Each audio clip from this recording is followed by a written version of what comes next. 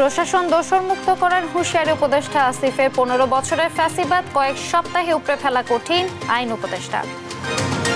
Their strength is deep rooted, and fight with them. This is a very huge task. It's not easy. তারুণ্যের রাজনৈতিক শক্তি হিসেবে আবির্ভূত হওয়ার সময় হয়েছে।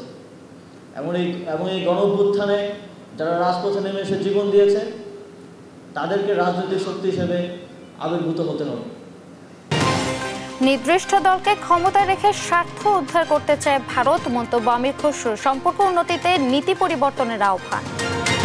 রাজধানীর আজিমপুরে বাসায় ডাকাতির পর শিশুকে অপহরণ, দিশেহারা পরিবার। বগুড়ায় মা হত্যার রহস্যে নতুন মোড়। শান্তিপূর্ণভাবে কাকরাইল মসজিদে সাতপন্থীদের অবস্থান থাকবেন 2 সপ্তাহ। বৈষম্য দূর করে সমান অবস্থান নিশ্চিতের আহ্বান। এবং ছুটির দিনেও নিত্যপণ্যের বাজারে অস্বস্তি। মুন্সিগঞ্জের হিমাগারে পর্যাপ্ত আলু থাকলেও দাম চড়া বিপাকে ক্রেতারা।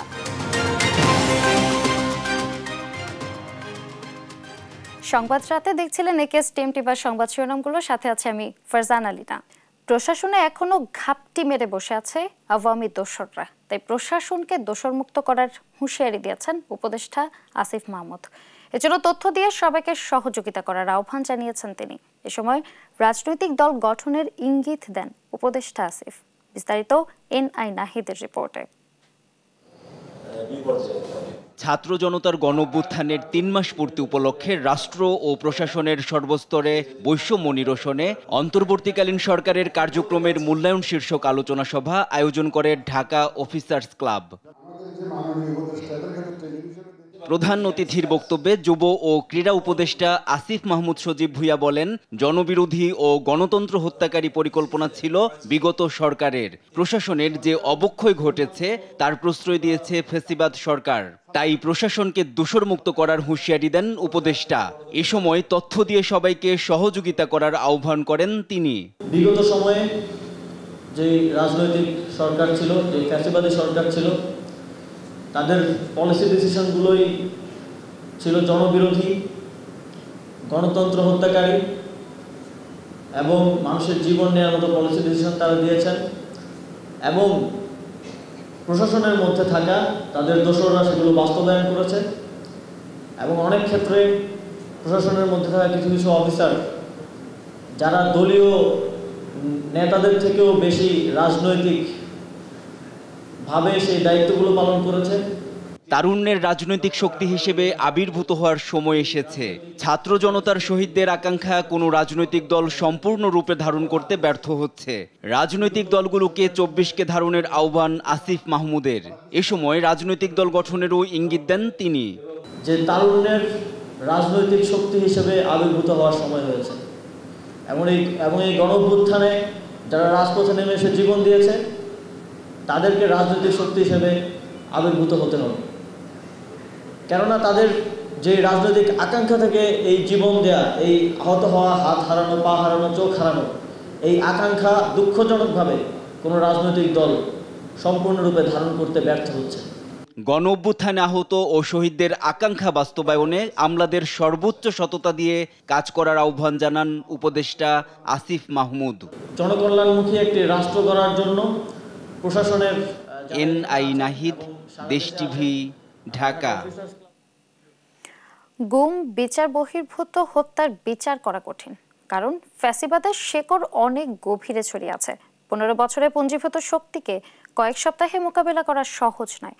আফাদ 8ম সম্মেলনে এসব কথা বলেন আইন উপদেষ্টা আসিফ নজরুল।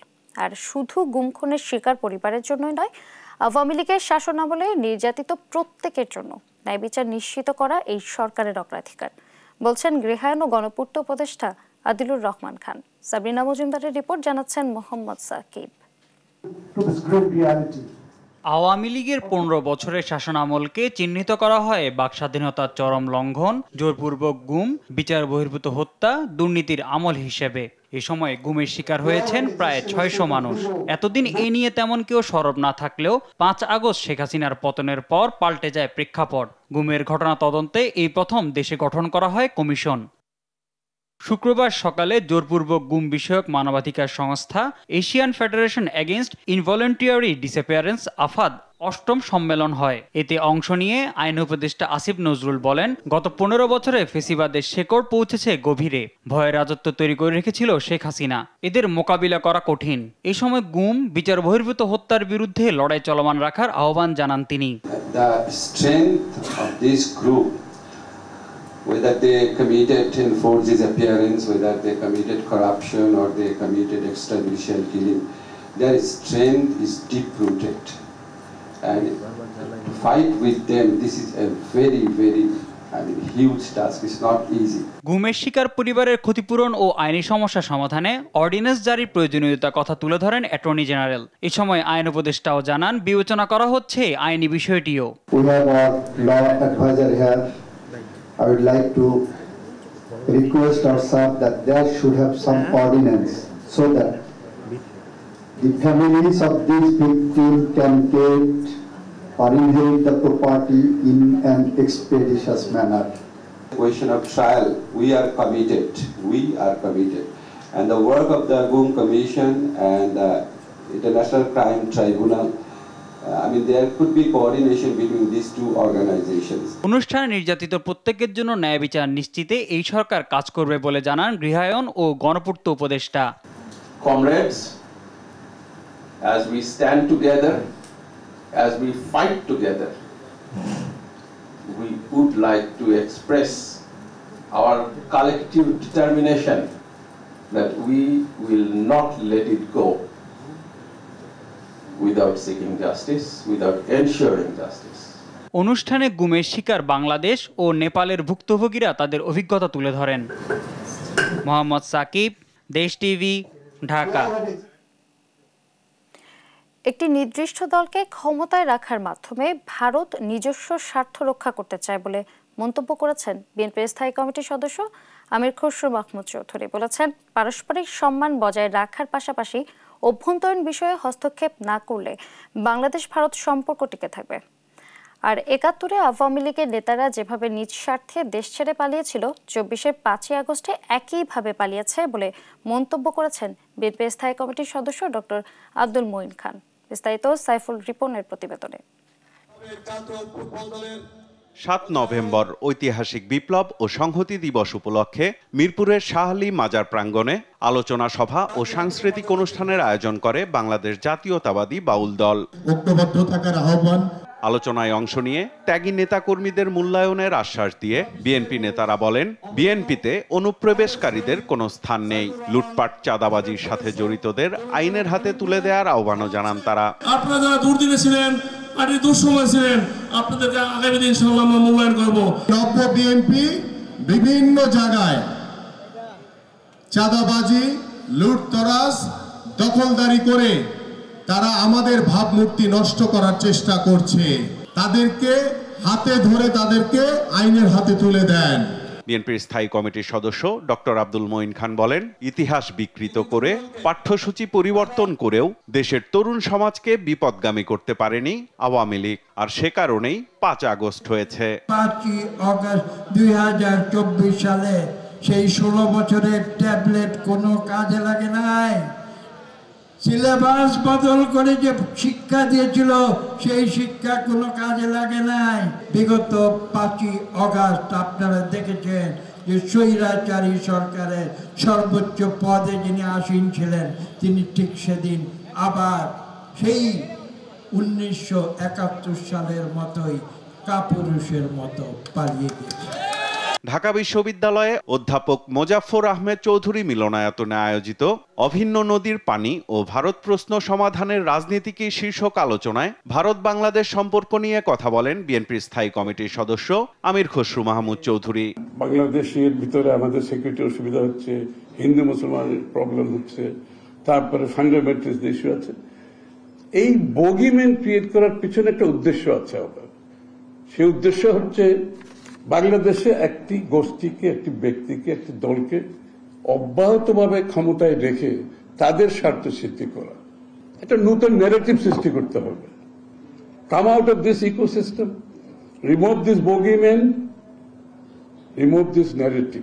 দ্বিপাক্ষিক সম্পর্কের চেয়ে দক্ষিণ এশিয়ার নিজস্ব আঞ্চলিক সম্পর্ক গুরুত্ব দিয়ে এগিয়ে যাওয়ার তাগিদও দেন তিনি।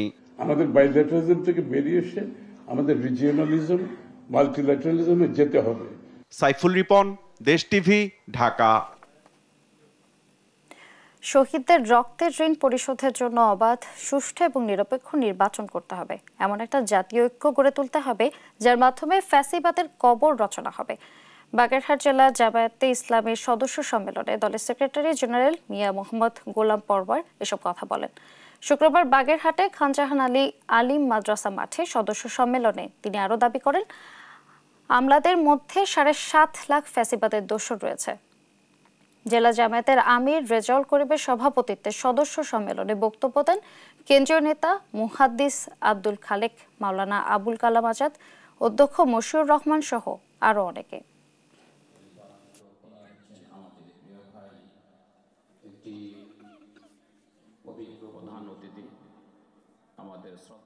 এই ফ্যাসিবাদের মাস্টারমাইন্ড শেখ হাসিনার নির্দেশে লগি বৈঠা নিয়ে ঢাকার পল্টনের চত্বরে দিনের বেলা লাঠি দিয়ে পিটিয়ে পিটিয়ে সবের মতো মানুষ হত্যা করে সে মৃতদেহের উপরে তারা মাচামাচি করেছে। আগামী নির্বাচনে জনগণকে ভোট দিয়ে এই অত্যাচারী নিষ্ঠুর ফ্যাসিস্ট এবং স্যাডিস্ট যারা মানুষ খুন করে আনন্দ পায়, ক্ষতবিক্ষত দেহে দেখে আনন্দ পায়, রক্ত দেখে আনন্দ পায়, এই নিষ্ঠুর বর্বরতা যাতে আর রাজনীতিতে কখনো স্থান করতে না পারে, আগামী ভোটে জনগণকে সেই সিদ্ধান্ত নিয়ে তাদেরকে প্রত্যাখ্যান করতে হবে। রাজধানীর আজিমপুরের একটি বাসায় ঢুকে মালামালের সঙ্গে একটি শিশুকেও নিয়ে গেছে দুর্বৃত্তরা। শুক্রবার সকাল 8:30টার দিকে ওই বাসার সাবলেটে ভাড়া থাকা এক নারী বহিরাগত কয়েকজনকে সঙ্গে নিয়ে বাসায় ঢুকে এ ঘটনা ঘটিয়েছে বলে অভিযোগ উঠেছে। পুলিশ এবং প্রতিবেশীরা বলছেন, শিশুটির মায়ের নাম ফারজানা আক্তার। আজিমপুরের লালবাগ টাওয়ারের পাশের একটি বাসায় ভাড়া থাকেন তিনি। কাজ করেন স্বরাষ্ট্র মন্ত্রণালয়ের সুরক্ষা সেবা বিভাগের সাট মুদ্রাক্ষরিক পদে। একই বাসায় গতকাল সাবলেট ভাড়া নেন এক তরুণী। তিনি শুক্রবার সকাল 8টার দিকে আরও 3 জন পুরুষকে নিয়ে ওই বাসায় প্রবেশ করে ফারজানাকে চড় থাপ্পড় দেন। এক পর্যায়ে তারা বাসার মালামালের সাথে ফারজানার 8 মাস বয়সের শিশু সন্তানকেও নিয়ে যান। 2 বছর আগে বাসা ভাড়া নিলেও গত 5 মাস যাবত আলাদা থাকছেন ফারজানা জাফর দম্পতি। এই ঘটনায় এখনো থানায় কোনো অভিযোগ দেয়নি ভুক্তভোগী পরিবার, তবে স্বতঃস্ফূর্তভাবে ঘটনার তদন্ত শুরু করেছে পুলিশ। সকালে আমি যখন যেটা জানছি যে বাচ্চা অনেক জোরে কান্না করে উঠছে, তো কান্না করে উঠলে বাচ্চার সঙ্গে সঙ্গে বাচ্চার মাও কান্না করে উঠছিল। ওঠার পরে কিছুক্ষণের মধ্যে আবার কান্না থামে গেছে। তো আমি ওই কান্না শুনছিলাম আর কি। শোনার পরে তো সেই আমি আর কিছু মনে করি নাই। পরে প্রায় 10 মিনিট বা 5-7 মিনিট পরে যখন আমাকে উনি খাটের উপর উঠে জানালা দিয়ে ডাকছে, চাচা এদিকে তাড়াতাড়ি আসেন, আমার বাচ্চা নিয়ে গেছে। বগুড়ায় গৃহবধূকে হত্যার পর ডিপ ফ্রিজে রাখার ঘটনায় নতুন মোড় নিয়েছে। এ ঘটনায় অভিযুক্ত মাবিয়া আক্তার ও তার 2 সহযোগীকে গ্রেফতারের পর রহস্য উন্মোচন করে পুলিশ। তারা জানায়, ছেলে নয়, বাড়ির ভাড়াটিয়ে ঘটিয়েছে ঘটনাটি। বগুড়া প্রতিনিধি সঞ্জু রায়ের প্রতিবেদন, জানাচ্ছেন টুম্পা আফরোজ। ছেলের হাতে মা হত্যার ঘটনা চাঞ্চল্য তৈরি করে সারা দেশে, নাড়া দেয় হৃদয়ে। রোববার বিকেলে দুধচাচিয়ার জয়পুর পাড়ার নিজ বাড়িতে খুন হন গৃহবধূ উম্মে সালমা। এর 2 দিন পর মঙ্গলবার ছেলে সাদ ইবনে আজিজারকে গ্রেপ্তারের পর র্যাব সংবাদ সম্মেলনে জানায়, প্রেমে বাধা ও হাত খরচের টাকা না দেয়ায় মাকে হত্যা করে সে। হত্যাকাণ্ডের কারণ হিসেবে সে বলে তার একটি প্রেম ঘটিত সম্পর্ক ছিল। পরে বুধবার সাদকে আদালতে আনা হলে জিজ্ঞাসাবাদের জন্য 3 দিনের রিমান্ডে নেয় পুলিশ। এতেই মেলে চাঞ্চল্যকর তথ্য। রিমান্ডে মাকে হত্যার দায় অস্বীকার করে সাদ। পরে সালমার ব্যবহৃত মুঠোফোন ও বাড়ির ইন্টারনেট রাউটার মামলার আলামত হিসেবে খুঁজতে গিয়ে খোলে হত্যার রহস্যের জট। পুলিশ জানায়, ভাড়াটিয়া মাবিয়া আক্তারের অনৈতিক কাজে বাধা দেয়ায় হত্যার শিকার হন সালমা। অভিযান চালিয়ে গ্রেপ্তার করা হয় তার 2 সহযোগী মোসলেম ও সুমনকে। আসামিদের কাছ থেকে আলামত হিসেবে উদ্ধার করা হয় মুঠোফোন, রাউটার ও বাড়ির চাবি। প্রকৃত অপরাধীর যথাযথ শাস্তি হওয়ার পাশাপাশি র্যাবের বিরুদ্ধে ব্যবস্থা নেয়ার দাবি জানায় সাদ ইবনে আজিজের স্বজনরা। নিউজ ডেস্ক, দেশ টিভি। এদিকে শুক্রবার সন্ধ্যায় প্রেস ব্রিফিংয়ে পুলিশ জানায় হত্যাকাণ্ডের সঙ্গে ছেলে সাদের কোনো সংশ্লিষ্টতা পাওয়া যায়নি। সিসিটিভি ফুটেজ অনুসন্ধান করে দেখা যায় ঘটনার সময় বাসাতেই ছিলেন না অভিযুক্ত সাদ। তদন্তে এই হত্যাকাণ্ডের সাথে জড়িত থাকার কোনো রকম আলামত বা কোনো সাক্ষ্য প্রমাণই সাদের এগেনস্টে পাওয়া যায় না।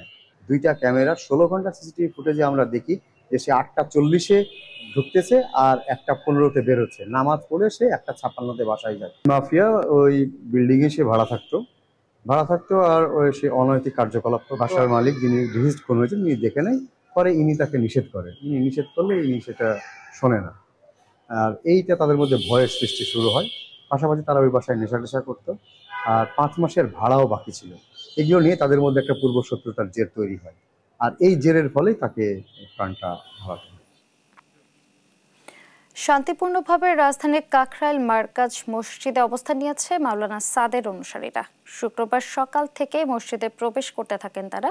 এ সময় বৈষম্য দূর করে মসজিদের সমান অবস্থান সহ ইজতেমায় মাওলানা সাদকে আনার দাবি তোলেন তাবলিগের সাথীরা। MA আজিমের রিপোর্ট। আশঙ্কা থাকলেও শান্তিপূর্ণভাবে কাকরাইল মসজিদে অবস্থান নেন সাদপন্থীরা। তাদের অবস্থানে পরিপূর্ণ হয়ে ওঠে আশপাশের এলাকাগুলো। মার্কাজ মসজিদ নিজেদের দখলে নিয়ে দোয়ায় শরিক হন সবাই। এ সময় তারা অভিযোগ করেন আওয়ামী লীগ সরকারের সময় হেফাজত সমর্থিত জুবায়েরপন্থীরা বেশি সুবিধা ভোগ করেছে। তারা মসজিদে 28 দিন অবস্থান করলেও সাদপন্থীদের দেয়া হতো 14 দিনের জন্য। এখন থেকে সমতা বিধান নিশ্চিত চায় তারা। কাকরাইল মার্কাজ এটাকে দখল করতে চাইতেছে তারা, এবং আমরা করতেছি 14 দিন আর তারা 28 দিন। এটা আমাদের উপর জুলুম করা হচ্ছে। মসজিদে ঢোকলে হারা জোর কইরা ওই মসজিদ থেকে গাঁটটি বস্তা সমস্ত কিছু তারা জোর কইরা ফালায় দেয়। এছাড়াও এবছর বিশ্ব ইজতেমার প্রথম পর্বে অংশগ্রহণ ও মাওলানা সাদকে বাংলাদেশে আনার দাবিও তোলেন তাবলিগের সাথীরা। মাওলানা সাদ সাহেব যখন আসবে তখনই তো এই বিভাজনটা দূর হবে। ওনাকে যদি না আসতে দেয় তাহলে তো এই বিভাজন দূর হবে না। আমরা কাকরাইল মসজিদ বুঝে পেয়েছি এবং আমাদের যে টঙ্গীর ময়দান আছে এই টঙ্গীর ময়দানে আমরা প্রথম পর্বে ইজতেমা করব এবং আমাদের যে বিশ্ব আমির হযরত জি মাওলানা সাদ সাহেব দামদার কত ওনাকে আমরা দেশে আনবো ইনশাআল্লাহ। পরে কিছু সংখ্যক মুসল্লিরা মসজিদে অবস্থান করলেও বাকিরা যে যার গন্তব্যে চলে যান। MA আজিম, দেশ টিভি, ঢাকা। নিত্যপণ্যের বাজারে আবারও অস্বস্তি। সপ্তাহান্তে বাড়তি আলু পেঁয়াজের দাম। প্রতি কেজি আলু বিক্রি হচ্ছে 70 টাকা কেজি দরে, আর পেঁয়াজ বিক্রি হচ্ছে 110 থেকে 120 টাকায়। সবজির বাজারে রয়েছে বাড়তি দামে স্থিতিশীল। প্রতিটি সবজি 50 টাকার উপরে। শীতকালীন সবজির দামও রয়েছে চড়া। এদিকে মিনিকেট চালের দাম 10 টাকা বাড়ায় ক্ষুব্ধ ভোক্তারা। বিস্তারিত নিয়াজ মোর্শেদের প্রতিবেদনে। রাজধানীর কারওয়ান বাজারে ছুটির দিনে ছিল ক্রেতাদের উপচে পড়া ভিড়। তবে ঊর্ধ্বগতিতে ছুটছে নিত্যপণ্যের দাম। পেঁয়াজের কেজি সেঞ্চুরি ছাড়িয়ে বিক্রি হচ্ছে 120 টাকায়। আলুর দামও হাফ সেঞ্চুরি ছাড়িয়ে পৌঁছেছে 70 টাকায়। বিক্রেতারা বলছেন সরবরাহ সংকটে আলুর দাম এখনই কমছে না। নিত্যপণ্যের এমন অসহনীয় দামে নাবিশ্বাস ক্রেতাদের। আলুর দাম বাইরে গেছে। আলু আজকে তো 4050 টাকা বস্তা আনছি কিনা, 70 টাকা কেজি বেচতেছি। পেঁয়াজ দেশিটা 145 আর ইন্ডিয়ানটা 125 120। খালি দাম বাড়তি আছে। হ্যাঁ, এই জন্য তো মনে করেন আমরা সাধারণ জনগণ আমাদের তো ক্রয় ক্ষমতার বাইরে থাকলেও খাওয়ার জন্য কিনতেই হবে। পেঁয়াজ ছিল যেটা 110 টাকা কেজি, সেই পেঁয়াজ এখন 140 টাকা। বেশিরভাগ সবজির দাম 100 ছুঁই। সেই সঙ্গে শীতকালীন সবজির সরবরাহ সংকটের অজুহাতে দাম বাড়তি। দাম কমছে, এখন আগে একটু বেশি আছিল, সীমিত কমছে। এখন তো সবজির মৌসুম, শীতকাল তো এখন তো আরো তরকারির দাম কম হওয়ার কথা, কিন্তু এখন বাজারের দাম একটু বেশি। সবজির দাম মোটামুটি আর কি সহনশীল পর্যায়ে নেই এখনো। চালের বাজারও নেই স্থিতিশীলতা। কেজি প্রতি বেড়েছে 10 টাকা। মিনিকেট নাজির শাইল বিক্রি হচ্ছে 70 টাকা দরে, আর 28 চাল বিক্রি হচ্ছে 60 টাকা দরে। চাউল মিনিকেটে চলতেছে 70 থেকে 72, 28টা 60, 59, 60, আর নাজির শাইলটা 70 থেকে 75, 77, 78 পর্যন্ত আছে। যেভাবে দাম বাড়ছে দ্রব্যমূল্যের দাম, এটা তো মোটামুটি সাধারণ যে আমরা যারা সাধারণ চাকরি করি আমাদের তো এটা নিয়ন্ত্রণে বাইরে চলে যাচ্ছে। ডিম সরকারি দামে বিক্রি হলেও মুরগি বিক্রি হচ্ছে বাড়তি দামি। সব মুরগির দাম নিয়ন্ত্রণে আছে, কিন্তু দেশি মুরগিটা একটু বাড়ছে, কেজিতে 10 টাকা বাড়ছে। 1 মাস থেকে এই দামে বিক্রি হইতেছে, সরকারের রেট বাঁধিয়ে দেওয়ার পর থেকে তার দাম ওঠে নাই। আগের মতোই আছে, বাট মাঝখানে একটু বাড়ছিল, আর ব্রয়লারটার দাম যেমন একটু বাড়ছে। ফ্যাসিস্ট সরকারের পতনের পরও নিত্যপণ্যের দাম নিয়ন্ত্রণে আনতে না পারায় ব্যবসায়ীদের সিন্ডিকেট ভাঙা নিয়ে ক্রেতারা তুলেছেন প্রশ্ন। অবিলম্বে বাজার ব্যবস্থা ঢেলে সাজানোর দাবি সাধারণের। নিয়াজ মুর্শিদ, দেশ টিভি, ঢাকা।